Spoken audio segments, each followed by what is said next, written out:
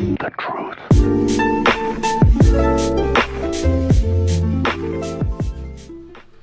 Hey YouTube, today we're doing a different video. We're actually going to go over Yu-Gi-Oh! News for the past week. So we have a lot to cover.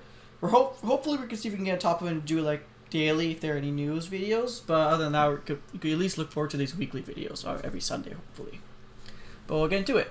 So first off, we have the Egyptian God decks, Obelisk Tormentor and Cypher Skydragon. They actually have their full set reveal. So we're going to go through it like very quickly. So we know about Obelisk Tormentor. We have Soul Crossing, Fist of Fate, Divine Evolution, and Level Resource Wall, and Angel Zero. They're all the new cards that came for the set, but we didn't really know what was the filler cards, and now we do! Nimble Mamanga, which we know we're getting 3 copies of in one deck. Buzu the Soul Eater, Cyber Dragon. It's just cards just to swarm the field to try and get Obelisk out eventually. Like, Ra's Disciple, you're getting 3 of it, so that works, I guess? But I think one of the bigger reprint, and Mari also getting a super rare printing, which I think is just weird, but whatever. And we're also getting the Gizmic Uka and Makami. Not Orochi, I was hoping for Orochi. Really hoping for Orochi. Yeah, Orochi would have been really nice. But we are getting some decent spells though, I think, because Harpy's Feather Duster as a super rare reprint. This is how it become affordable for most people. That's pretty good. Mare, I'm actually kind of happy about that, because either way, like, I use Mare for my my Synchron deck. Yeah. Just because, Yazi, so, Rare bumps? Oh, yeah. And then you get Brain Control, Monster Reborn, Different Dimensional Castle. Pot of Avarice is pretty good, because I don't think before this, Avarice didn't get much of a rebound. I think, it came as Shadal's, right? Did it come as Shadal's deck? It was Shadal's, and I want to say that was it. Yeah, and then you get Double Summon. Double Summon is actually a pretty decent reprint. It's also been a reprint card that hasn't reprinted for a while. And you get all the Forbidden cards, Chalice, Land, Stress, except for Droplet. No Droplet, but whatever. That was expected. Supply Squad, Monarch Stormforth, which is an okay card, Call of Haunted, Cloning, and Drowning Mirror Force. Honestly, the best card in the set, if you ever just go for the set, is just because you need a Harpy's Feather Duster. And yeah, as a super, it's really nice. Realistically, you only want to buy one of these. I'm crazy, and I'm going to buy 3 of these, so look forward to that. And then next is Cypher. So for Cypher, we know about the new cards, just Cypher the Sky Dragon, Soul Crossing, Thunder Force Attack, Ultimate Divine Beast, which I think is the best card in the set, honestly. Because what it does is, like, when your opponent's monster declares attack, discard a spell and trap card, target 1 Divine Beast monster in your graveyard, special summon in defense position, then change attack tracker to it. And then during the end phase, if you control a Divine Beast monster, you can destroy all face-up cards your opponent controls to activate their effect on the field that turn. So I don't know if it works in a way where it's like, if you could chain this first after Cypher's destruction, because God cards die at the end phase. But also that means you could also special summon a God card from the graveyard while you still have a God card on the field. So if that God card goes to the grave anyways, because you redirect it to that, you could still have another one on the field still to activate the effect of destroying everything, pretty much. So I thought it was one of the best cards there, other than what was it? It was the Divine Evolution, because that also affects the Dark Gods. Yeah, Millennium Seeker, Tellus the Little Angel. I think this one has the better, like, plain, like, monster cards, I'd say, because you get... none of them are relevant, but I still it's Breaker, the Magical Warrior is decent. It's a decent card. Beast King Barbaros is there. Electromagnetic Turtle, which is a free, like, end the battle phase type of card, but you can only use it once per duel. And then you have Tiny Spear Vishuda. Reactor Slime, which is getting a reprint after only being out for not even a year. Well, almost a year now. And it's getting and it's actually a super rare reprint. It doesn't say here, but it's actually a super rare reprint. Then you're also getting Swords of Revealing Light, good stall card.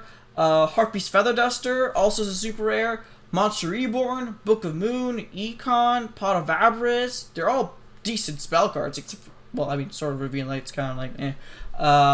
And then you have Supplies Guard, Card Advance, the True Name. So if you have a Divine Monster and you guess it, it's all, you win pretty much. Not really you win, but you get free summon. Layer of Darkness, one-time passcode. Mirror Force, Reckless Greed. I really like Reckless Greed, because that's, if you get all 3 face down, that's draw 6 for skipping 2 draw faces. And you have Golden Apples and Back to the Front. So overall decent. Again, if you're buying these decks, just go for one. You really just want it if you want it for collection for like these new cards and for the Feather Duster, right? And then finally, we have Animation Chronicle. So Animation Chronicle, as of today, the 13th, as you can tell right here, Animation Chronicle released yesterday. So, or yesterday, the day before yesterday. Yesterday for us, for 12, but Japan's a few hours ahead. So we now know the full set list. So we're just going to go through quickly. The Prismatic Secret Rare is none other than Astral Rare Leviathan. Unfortunately, it's just loading. I don't know why it's taking forever. But it's an Astral Language Leviathan, done like Starler Rare. Really cool. Yeah. There you go, loaded. Yeah, it looks really, really cool. So, yeah. And then you have the Karibo cards. Ba, Bi, Bu, and Be, and Babylon. What's cool is these 4 right here are common, so you're going to pull a lot of them. And then Babylon is a super rare, and you can also pull Babylon as a collector rare. And 5-star Twilight, which summons out all these cards, common. Pretty cool.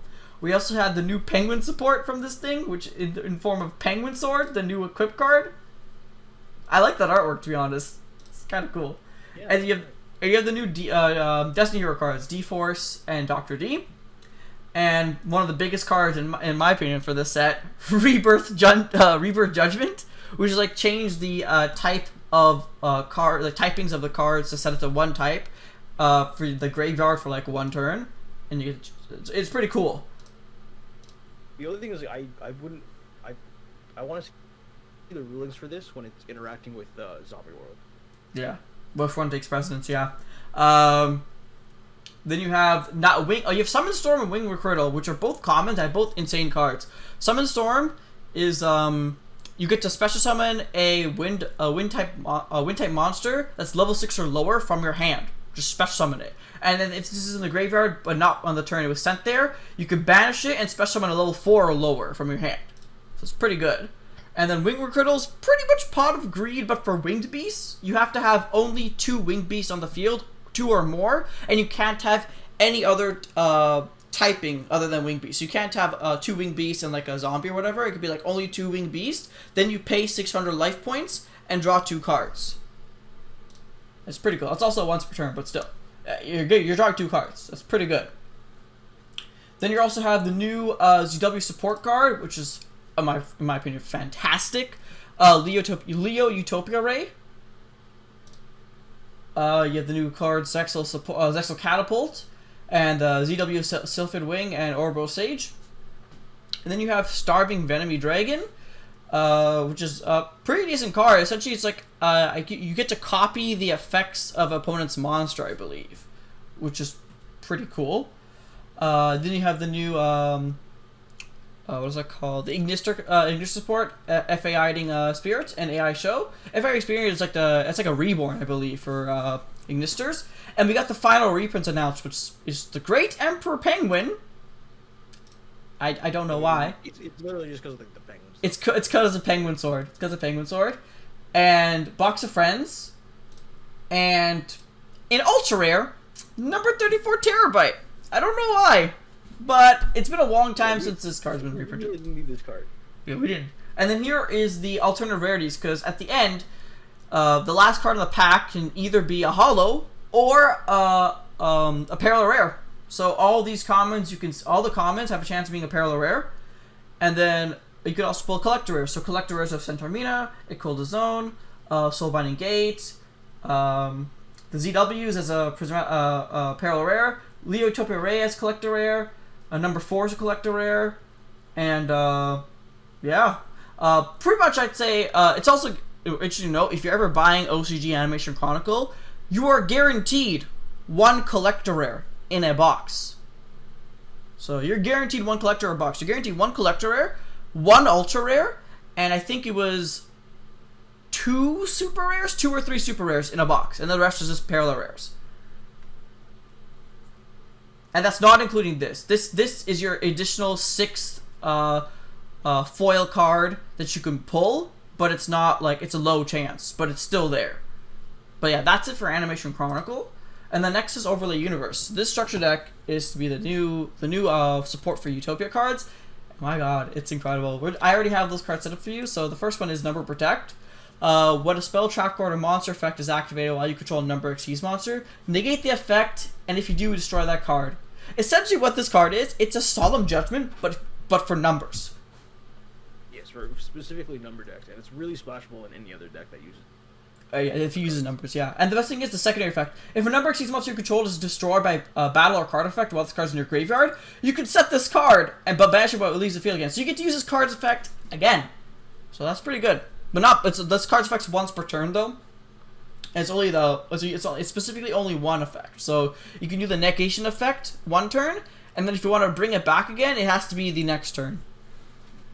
Yeah, for me, like my immediate thought with this card is like I'm putting this in Numeron because as soon as they all leave the board from the effect of what's it called Numeron Calling, you can then set this again from graveyard since they all destroyed by their own effect. And then you have Contract of Destiny, the new card. Each number card you control is destroyed by battle or card effect. Place one Emperor's Key counter on this card, and you can only have one counter on this maximum. If you put a special summons a monster from the extra deck, you can remove the counter from this card. Send one Door of Destiny. Door of Destiny is this card. We'll go over that. From your hand, deck, or face-up field to the graveyard, and if you do, special summon one Utopic Xyz monster from your extra deck, and if you do, attach this card's material. Pretty decent. And what Door of Destiny does is, when opponent's monster declares a direct attack, negate the attack, and special summon this card as an effect monster. During your standby phase, while this card treated as a monster, you can banish any number of Utopia monsters with different names from your graveyard. Inflict 500 damage to your opponent for each of those banished monsters, and if you do, this card gains attack equal to the damage it took. So it doesn't do anything from the graveyard, but it's one of those like trap monsters, trap cards that act as a monster.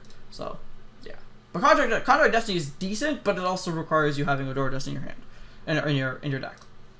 And then you have the boss monster of the new structure deck, Utopia Dragoner, which I love. It's three or more level 12 monsters. Quick effect: you can detach 2 materials from this card. Special summon one number monster that has a number between 1 and 100 in its name from your extra deck.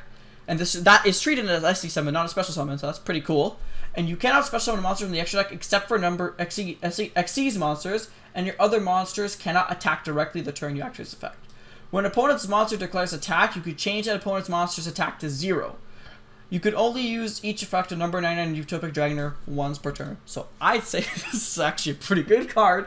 The fact that you can special summon any number monster from the extra deck, and it counts as an Xyz summon, means that there's some monster effects that that's triggered on Xyz summon, and you can really abuse this card for those effects. So I think this is fantastic. And the fact that even though you can't attack directly, you can change your opponent's monsters to 0. Attacks to 0, which technically means you're attacking directly without attacking directly. So you can do a lot of damage with this card, really. Especially if you pair it with the ZWs and the ZS cards. Then you have ZS Utopic Sage. I love this. It's like a gold Utopia. I just love this design. It's a gold Utopia with like a sphere or a lance. What I wish Utopia's original art looked like. I know, right? So it's 2 level 4 monsters for Xyz. You can detach 2 materials from this card, special summon 1 ZW or ZS monster from your deck. Also, for the rest of this turn, you cannot special summon monsters from the extra deck except for Xyz monsters, nor attack except for number monsters. So you're really locked into to number monsters specifically, because you cannot special summon unless they're Xyz monsters, but you can't attack their numbers. So technically, you're just locked into numbers after this. You can only use the effect of ZS Utopic Sage once per turn. If a Utopia or Utopic Xyz monster controls whose original attribute is light, so for example, if that Rebirth Judgment activates, it still goes off. I mean, technically, if like a card like that, if it affects the field, because Rebirth Judgment affects the grave.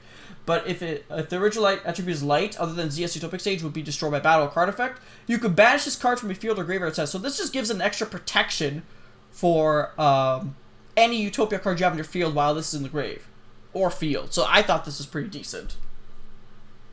And then finally, you have Hyper Rank-Up Magic Hope Force. Target one rank 9 or lower Utopia Xyz monster control. Special summon from your extra deck one rank 10 or higher Utopia or Utopic Xyz monster by using that monster you control as a material. It's treated as Xyz summon, transfers materials to summon monster.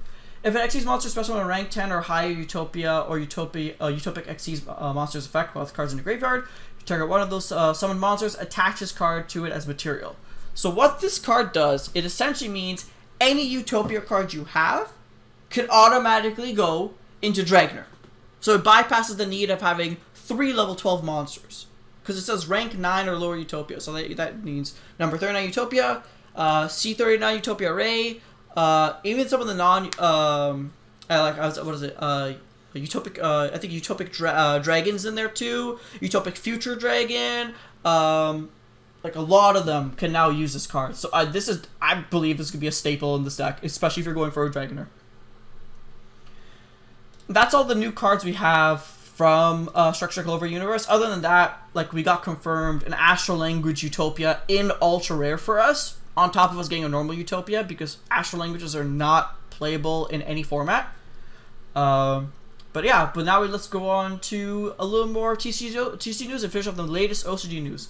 So for TCG news, we have Hidden Arsenal Chapter 7 officially on the Konami website now. It's coming out on December 3rd. So I thought that was pretty interesting. Holiday, like items that we can actually get. Yeah, so like, it's interesting. We're getting 1 secret rare, 6 ultra rares, 30 commons per mini box. That's guaranteed what you're getting, and you're also getting a game mat with the Hidden Arsenal lore in it, and also special collectible dice. I'm definitely doing it just for the dice if I get this.